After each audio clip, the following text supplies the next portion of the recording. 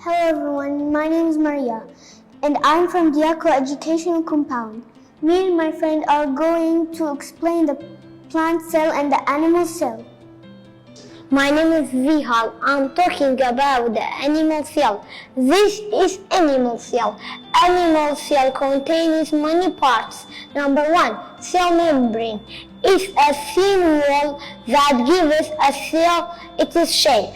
Number 2, nucleus. It controls all the cell activity. Number 3, cytoplasm, a jelly-like substance that fills most of the space in a cell. Now, my friend, we'll talk about the plant cell. Thank you, Vihal. I'm gonna explain the plant cell. So this is the plant cell. This is cell wall.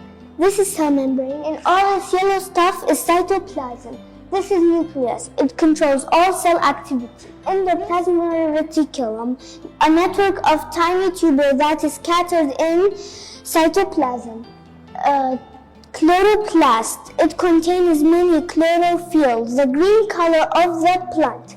Vacuole. It stores food, water, or waste material. This is mitochondria. It releases energy from food.